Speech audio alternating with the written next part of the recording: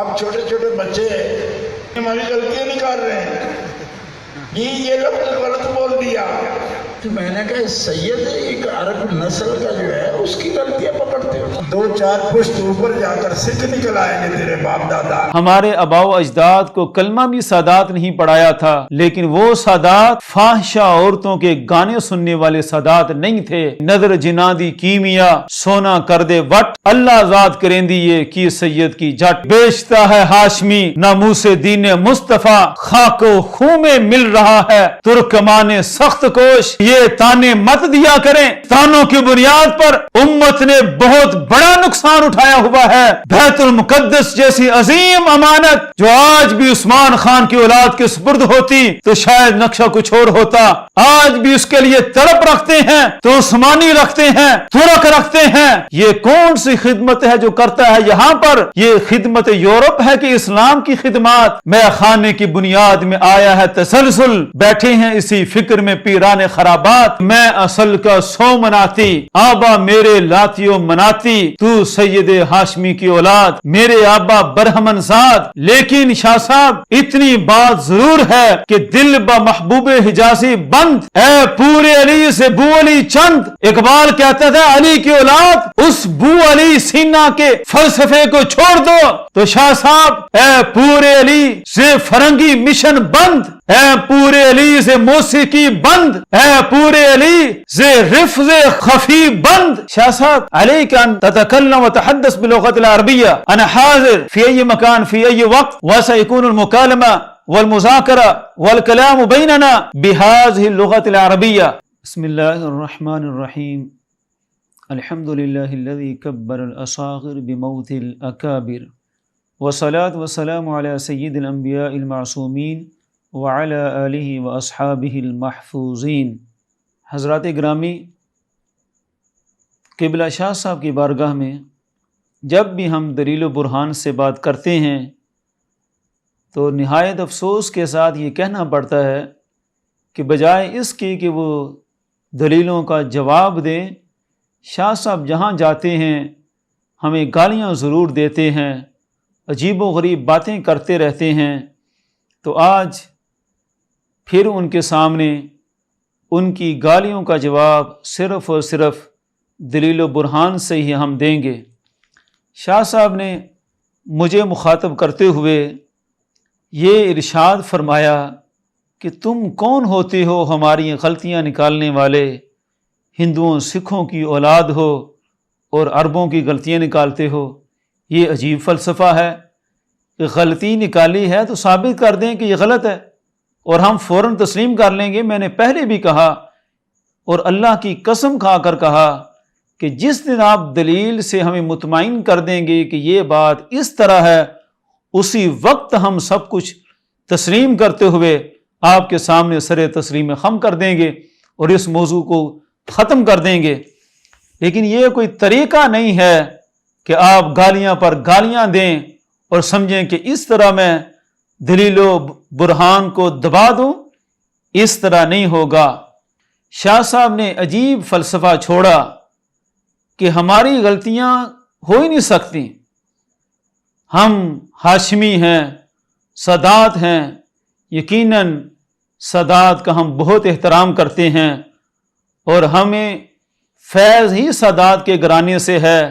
ہمارے آباء و اجداد کو کلمہ بھی سادات نہیں پڑھایا تھا، لیکن وہ سادات فاحشہ عورتوں کے گانے سننے والے سادات نہیں تھے، وہ سٹیجوں پر عورتوں کے عجیب و غریب نقشے بیان کرنے والے سادات نہیں تھے، وہ اللہ اور اس کے رسول کے سچے محب تھے اور انہی کا ہم ادب و احترام کرتے ہیں۔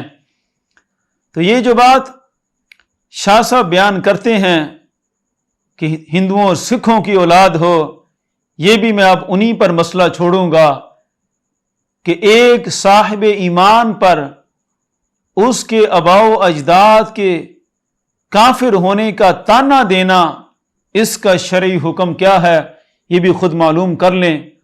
اور اگلی بات بڑی اہم ہے، وہ میری ذات کے لحاظ سے نہیں ہے، مطلقاً ایک مسئلہ سمجھانے کی ضرورت ہے کہ یہ اللہ کی توفیق ہوتی ہے کہ جس کو اللہ تعالیٰ دین کی سمجھ عطا فرمائے اور اللہ جس سے چاہے دین کی خدمت کا کام لے۔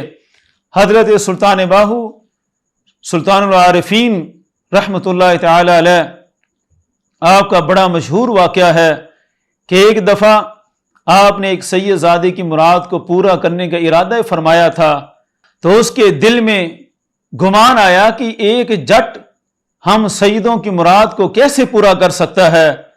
تو حضرت سلطان العارفین نے ایک چھوٹا سا پتھر پھینکا، وہ جس جس جگہ لگا اس جگہ کو سونا بناتا گیا، اور یہ کرامت دکھا کر آپ نے کہا کہ نظر جنا دی کیمیا سونا کر دے وٹ، اللہ ذات کریں دی یہ کی سید کی جٹ۔ یہ اللہ کا فضل، اس کی توفیق ہوتی ہے، چاہے تو سید کو توفیق دے دے، چاہے تو کسی جٹ کو توفیق دے دے، تو اس پر کوئی تان نہیں کیا جا سکتا۔ اور آج آپ جو تانے دے رہے ہیں کہ یہ ہندوؤں سکھوں کی اولاد، ہم ہاشمی ہیں، میں تاریخ کے لحاظ سے کچھ بتانا چاہتا ہوں کہ اس واردات کے پیچھے کتنی خطرناک سازش ہوتی ہے۔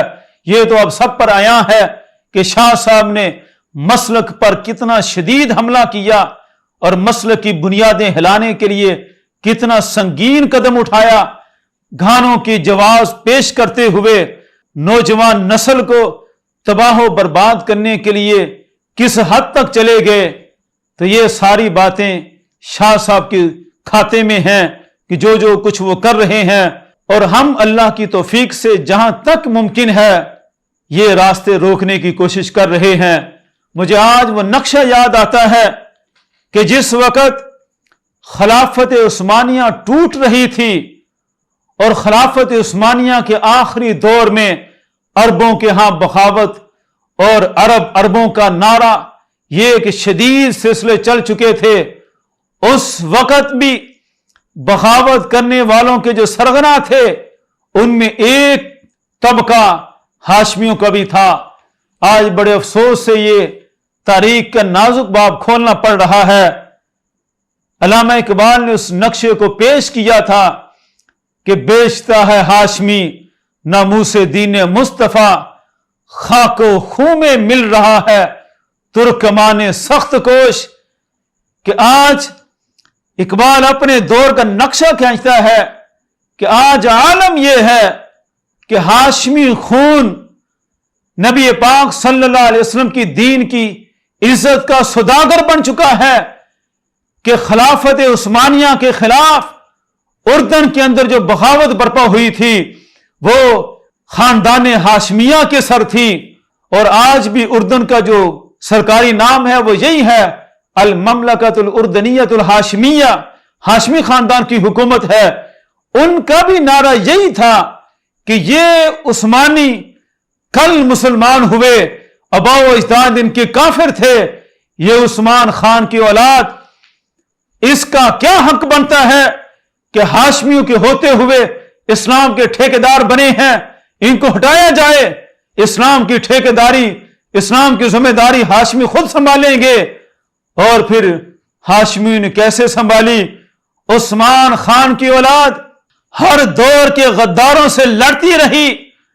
سلطان عبد الحمید ثانی زندگی کی آخری سانسوں تک اعلان کرتا رہا کہ کچھ بھی ہو جائے فلسطین کا ایک چپا بھی یہودیوں کے سپرد نہیں کروں گا۔ ساری سلطنت داؤ پر لگا دی، پوری دنیا سے جنگ کر لی، جنگ عظیم اول میں پوری دنیا سے ٹکرا گئے عثمانی خاندان والے۔ اور ہاشمیوں کا کیا کردار تھا وہ بھی تاریخ پڑھ کر دیکھیں۔ آج جس بیت المقدس کے لیے ساری دنیا تڑپ رہی ہے کہ یہ یہودیوں کے قبضے میں نہیں جانا چاہیے، 1967 کی جنگ کا نقشہ دیکھیں کہ یہ بیت المقدس کس ملک کے سپرد تھا۔